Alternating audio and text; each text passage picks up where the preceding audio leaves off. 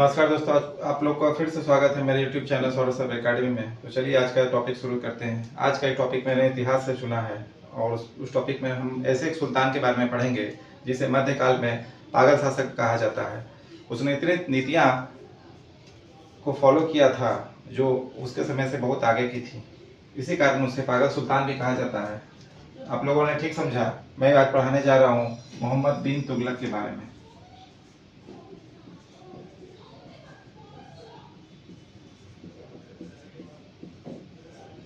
मोहम्मद बिन तुगलक गयासुद्दीन तुगलक का पुत्र था और तुगलक वंश का दूसरा शासक था, सेकंड रूलर। ये गद्दी पर 1325 में बैठे थे और 1351 तक इन्होंने शासन किया था। मध्यकाल में सबसे विरोधाभास और सबसे विवादास्पद शासक किसी को अगर कहा जाता है तो वो मोहम्मद बिन तुगलक को कहा जाता है। इसके कई कारण थे। आइए चलिए इसके बारे में जानकारी लेते हैं। पहला कारण इसे कहा जाता है कि इन्होंने अपनी राजधानी जो दिल्ली हुआ करती थी, दिल्ली से राजधानी इन्होंने दक्षिण भारत के एक नगर जिसे दौलताबाद कहा जाता था, वहां पर इन्होंने अपने राजधानी परिवर्तन कर दी।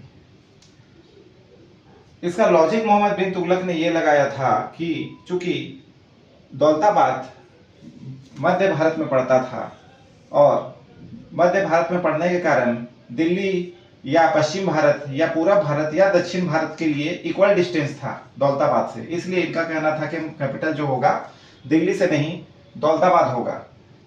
चूंकि दिल्ली एक पुरानी राजधानी रह चुकी थी सल्तनत पीरियड में और दिल्ली काफी बसी हुई कैपिटल थी, लोग वहां के अभ्यस्त हो चुके थे, लेकिन सम्राट ने एक आदेश निकाला कि जितने भी जीव जंतु हैं सबों को दौलताबाद ले जाने का आदेश दिया गया था।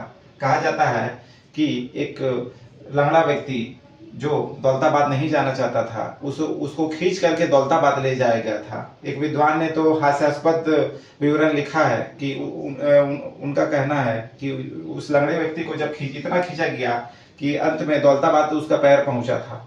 तो ये जो मोहम्मद बिन तुगलक का जो निर्णय था ये जनता इसको सही नहीं मानती थी, जिसके चलते उनके साम्राज्य में जनता उसका विरोध करने लगी। आगे चलकर मोहम्मद बिन तुगलक को भी लगा कि राजधानी मुझे वापस दिल्ली करना चाहिए। फिर उन्होंने आदेश निकाला कि अब दौलताबाद से वापस दिल्ली चलने का तैयारी।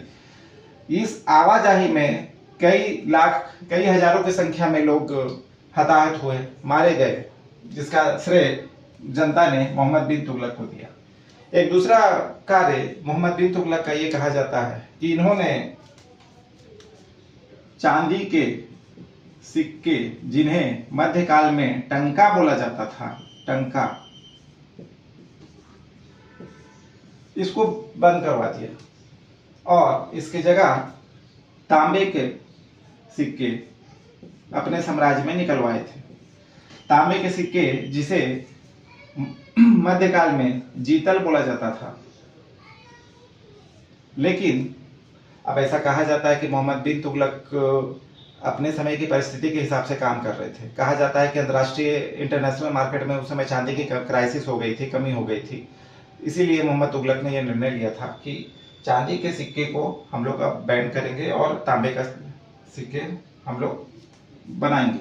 लेकिन होना ये चाहिए था कि तांबे के सिक्के को मिंट करना, मतलब टकसाल जो होता है जहां पे सिक्के ढाले जाते हैं, उस पर केवल शाही नियंत्रण होना चाहिए। ऐसा नहीं कि आम लोग भी अपने घरों में तांबे के सिक्के बनाने लगे। इस पर मोहम्मद बिन तुगलक ने कोई कार्रवाई नहीं की, जिसके चलते हर घर टकसाल बन गया। ऐसा एक विद्वान ने लिखा है कि आगे चलकर राजा को इस बारे में एहसास हुआ कि मुझे तांबे के सिक्के तो ढालने थे लेकिन उस पर नियंत्रण भी रखना था ताकि आम घर टकसाल ना बन सके। कहा जाता है कि तुगलकाबाद जो शहर है उसके बाहर जब मोहम्मद बिन तुगलक ने ये आदेश को जब बाद में वापस लिया तो तुगलकाबाद में ढेरों सिक्कों का पहाड़ जमा हो गया था और बदले में राजा इतना उदार था जिसने भी तांबे के सिक्के राजा को लाकर दिए, उसके बदले में उनको एक्सचेंज ऑफर के तहत चांदी के सिक्के दिया गया, जिसके चलते अर्थव्यवस्था की स्थिति दयनीय हो गई। इस कारण भी मोहम्मद बिन तुगलक को जिम्मेवार बनाया जाता है।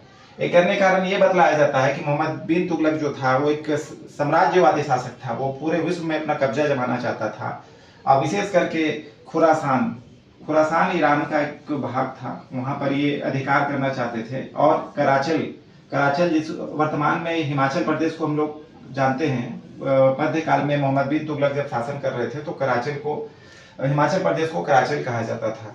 तो मोहम्मद बिन तुगलक ने 6 लाख सैनिकों की सेना बनाई और सबों को एडवांस में पेमेंट शुरू कर दिया देना कि हम लोग सेना बना रहे हैं, हम लोग युद्ध करेंगे, और जितने भी सैनिक भर्ती हुए सबको एडवांस में पेमेंट भी दिया गया, जिसके चलते मोहम्मद बिन तुगलक का राजकोष खाली हो गया। ये भी निर्णय मोहम्मद बिन तुगलक ने आगे चलकर वापस ले लिया, उसको भी लगा कि ये मेरी जो नीति थी ये गलत थी। तो इन सब कारणों के चलते मोहम्मद बिन तुगलक का जो कार्यकाल था वो एक हास्यास्पद कार्यकाल बन गया, लोग उसका मजाक उड़ाने लगे थे।